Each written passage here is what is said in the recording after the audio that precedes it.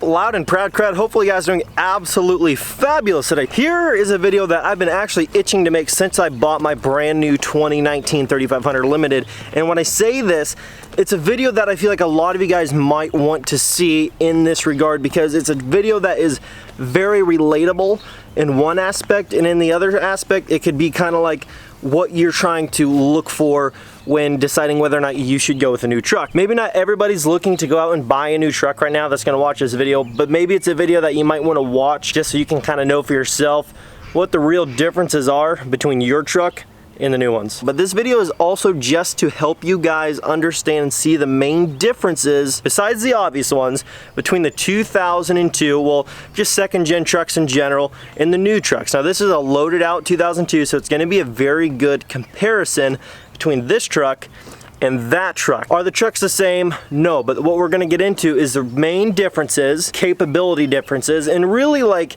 is it really worth buying a new truck or not, and how we can kind of justify whether it may or may not be further on in this video. So let's get into this video. I think you guys might like this one. Let's get into this video, and I've got a list of notes as to what actual points I want to hit on these two trucks. Now keep in mind when you're watching this video, I'm not saying one truck is better than the other, or one truck you should consider, one truck you should completely throw out the window. That's not what I'm saying at all. These are both two beautiful trucks, very capable, gonna do pretty much everything you would ever want to actually do with your truck. Both are going to do it just fine. But you also have to keep in mind that if you, let's say, work out of your truck, you live out of your truck, you haul every single week, you put thousands of miles behind the wheel, you got some of these points might actually make a little bit more sense to you, and it might actually be a little bit more valid. But for everybody else, no, I'm not bashing the truck. No, I'm not bashing this truck. I love them both. They're both beautiful trucks, and that's why I bought them. But let's just get through this list. Now, the first thing I want to touch on, which is a big one for a lot of people, especially if you do work your truck, you are a working farm operation, maybe you're a car hauler, you haul campers, stuff like that, cross country, state to state.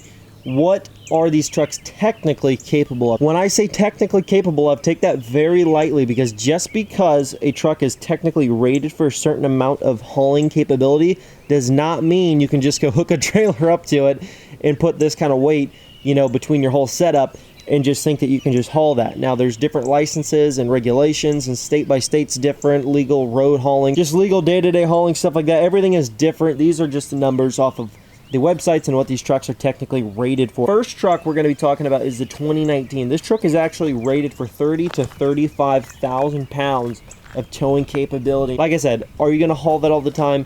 Maybe not. But guys that are car haulers, they haul a lot of weight, they haul long distance, stuff like that. For them, it's not always that you're going to max your truck out, but it's good to know that when you don't have that much weight on it, or total between your truck, trailer, and load, that it could do it if it absolutely had to. So those are just good things to keep in mind. Some of these things are stats, and some of these things are just opinion. Take it as you please. Best in class for towing capability if you look at all the new trucks. Now this truck here is technically rated for 20,000 pounds of actual towing capability. Now let's get into the interior on these trucks. Now you guys have to keep in mind these are very different. Obviously they're not going to be the same interior, but what we're going to tell you is what are features you might or might not need in these trucks. Now if you come into this 2019, obviously everything's very plush. You have phone chargers and charging ports and outlets and all kinds of stuff you do and don't need, right?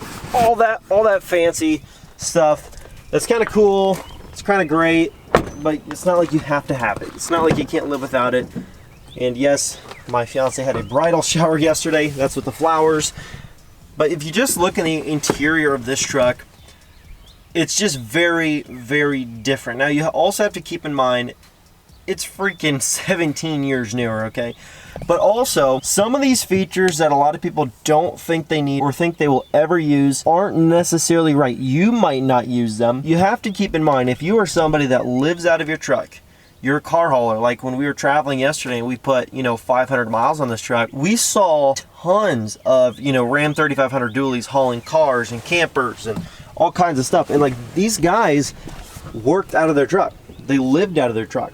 So all these features that we sometimes think we don't need, Some of these guys are like, thank goodness I have them because I use it every single day. So when it comes to certain things like this truck's got adaptive cruise control, it's got bird's eye view. You can actually tap on certain cameras and features and watch your trailer and see the condition of your tires and stuff. Like when you're going down the road, it's crazy all the different stuff that you can actually do with this thing to monitor not just your truck, but your cargo that you're carrying behind you. The interior, the capabilities, the technology, super advanced. If you're a guy that lives out of your truck and you're debating whether or not you should go to a new truck, you honestly cannot beat one of these new trucks. Now this truck's not completely loaded out with every option that you can get, but if you are a guy that works your truck day in and day out, you can get these things loaded out with everything that you would ever need if that's what you do with your truck day to day. Now coming over here to the 2002, obviously the interior in this truck is very nice too, and this was a top of the line trim level truck at that time. I mean, it's got the power windows, power seats,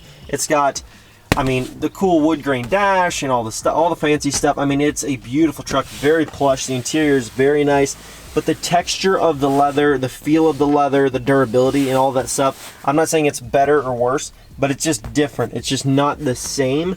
And like I said, I'm not saying this one's better or that one's cheaper because it's newer or vice versa. I'm just saying that they're just different. If you guys sit in the old ones and you sit in the new ones side by side, you'll know what I'm talking about. Now these seats though are, I gotta say, they at least feel like they're much wider. I don't know why, but they just do. These things sit like really wide. I feel small when I'm sitting in this seat, and I just feel really comfortable when I'm sitting in the 2019. I don't know what that is, but just an observation if it makes any sense. Hopefully you guys kind of understand what I'm saying.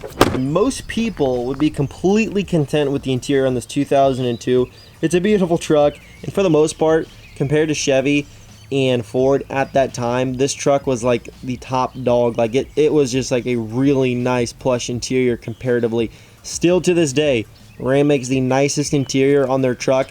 But you also have to keep in mind, back in the day, I thought like for the second gens and stuff, and I was like Dodge made like the crappiest, I thought like they had the crappiest interior. But then when you actually look around and you compare it to some of the trucks of the same year and very close to that, their stuff was actually really up to date, and it was just a very, very good looking inside and out truck compared to a lot of the stuff that was available out there. But you also have to keep in mind, if time is money to you, like I said, and you work out of your truck day in and day out, putting thousands of miles behind the wheel, if you're looking for something that's super comfortable because you literally live in your truck, it is just really hard to beat the 2019. So let's get into the transmission options. This is a fun one. Coming over here into the 2002 again, as you guys know, this truck has an NV 5600 6-speed transmission, South Bend dual disc clutch, all that good stuff. That's not a factory option. Truck is a freaking ball to drive. Like, it is just a lot of fun. And back in the day, like if you were working this truck and you were like a farm operation, you're working your trucks hard all the time,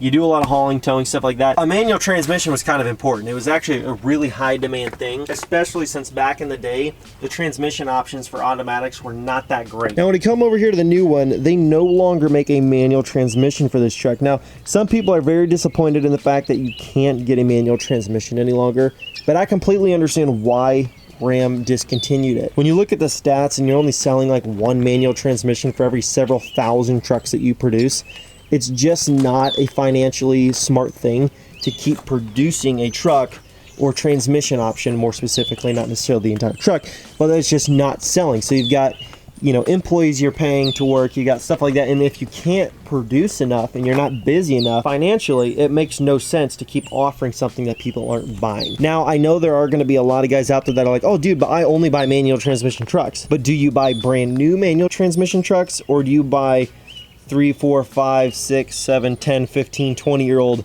used manual transmission trucks? Because that's the thing, is they have to go, when they determine something like that, based off of what the new demand is, because that's what they sell. They don't sell the used trucks, they sell the new trucks, and they want to sell the most trucks possible, and they want to keep the cost down as much as possible when it comes to work and employees and everything else and facilities. And if they're just not producing, they're just not producing. Now when it comes to the exterior, you have to keep in mind both trucks here are beautiful. And obviously there's gonna be a lot of people that are like, oh my gosh, well dude, obviously exterior, it's a brand new truck.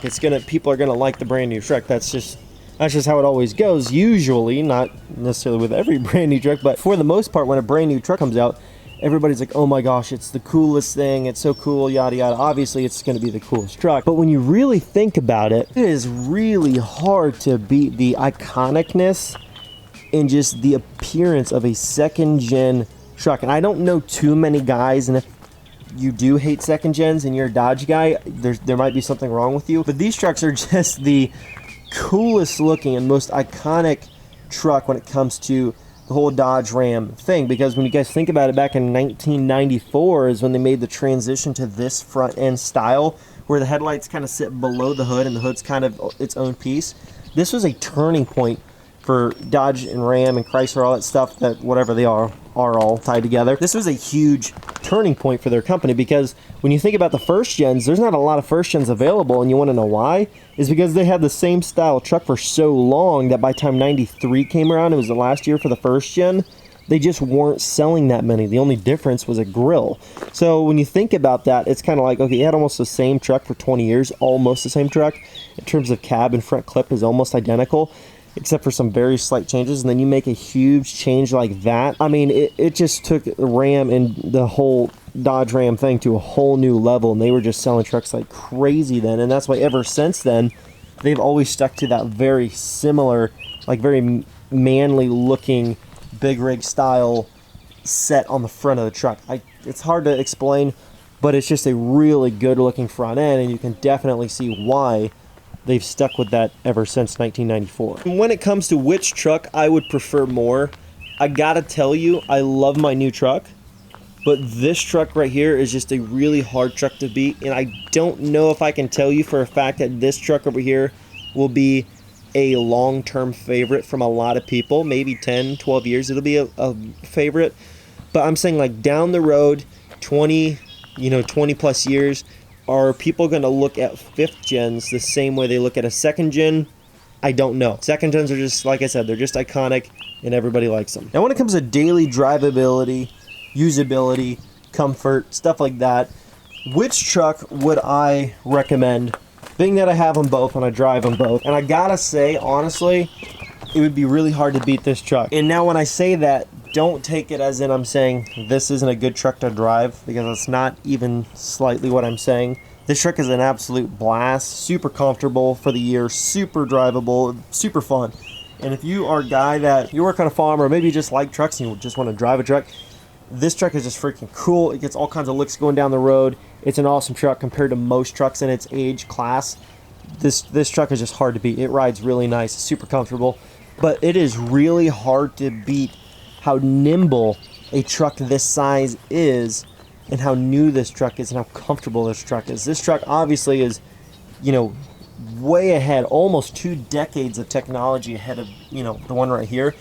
But it's just such a nimble truck for its size. And when I say that, I'm saying, like, if you live out of your truck, this would be a really hard one to beat, especially if you're hauling cars and campers, stuff like that. And I'm just using it as an example, guys, or maybe you haul hay every day, you're a hay jockey. A truck like this is just really hard to beat, because you're getting a heavy-duty truck that drives like a Cadillac Escalade. I'm being dead serious. Like, I mean, it is just completely different than a truck like this. So if you're a guy that buys new trucks every couple years and you just work the crap out of them and then you trade them back in, and you're on the fence whether or not you should get a new one, I gotta tell you, if you're going from a 3rd gen or even a 4th gen to this, completely different, and I would highly recommend it. Now let's take a look under the hoods of these trucks and kind of go over like the main differences. Now in terms of the actual engine bay appearance and what they look like underneath, there's not any massive differences other than more plastic on the new ones, but for the most part you still have that classic Cummins block, just that inline 6 design, that big rig style block sitting there. And it's a very reliable truck, and it's a very good truck when it comes to being able to work on it, service it, stuff like that. When it comes to Duramax and power stroke and stuff like that, when it comes to actually being able to work on your truck, get under the hood, make modifications easy, it's just a completely different truck. Now when you look under the hood of the old truck, very similar.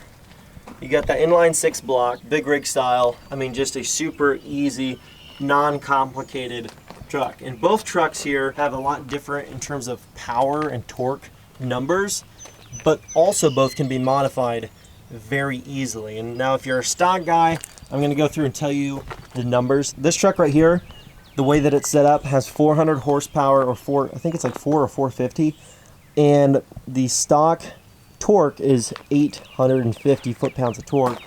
And those are really good numbers for a factory truck. Now this truck over here has a whopping 235 horsepower from the factory. And then it's also got 460 foot-pounds of torque, the way that this truck is set up right now, factory. Now, if you guys are guys that like stock trucks, you just want to know numbers the way they sit, those are the numbers. Now, if you guys are people that it doesn't really matter because you're going to make the horsepower that you want no matter what truck it is, new or old, just some information there, and both are very easy to modify if you're looking to get those extra horsepower numbers. Well, everybody, hopefully you enjoyed this video on new versus old for the brand new 2019 6.7 Cummins 5th gen, and then also the 2002 24 valve Cummins. Now this truck is a beautiful truck here, and you could be taking this truck home. It's a 2002 24 valve, 145,000 miles on it now, 6-speed manual, South Bend dual disc clutch, fast 150 lift pump, ARP head studs, SMB intake elbow, SMB cold air intake, IS-Pro gauges, all that stuff, leather interior, heated seats, AC and heat work. Beautiful truck. Every $15 you spend gets you another entry to win. The information is in the description below. You guys only have 5 or 6 days left by the time you're watching this video, and then it is over. Ends May 13th at 11:59 p.m. Mark that, do not forget, get your entries in before it's too late, or you're gonna regret not knowing if this truck could have been sitting in your driveway about a week from now. So thank you guys so much for all the love and support. Information in the description below. Leave a fat thumbs up, comment down below, subscribe if you're new, join the team, join the family, and I will catch you in the next video.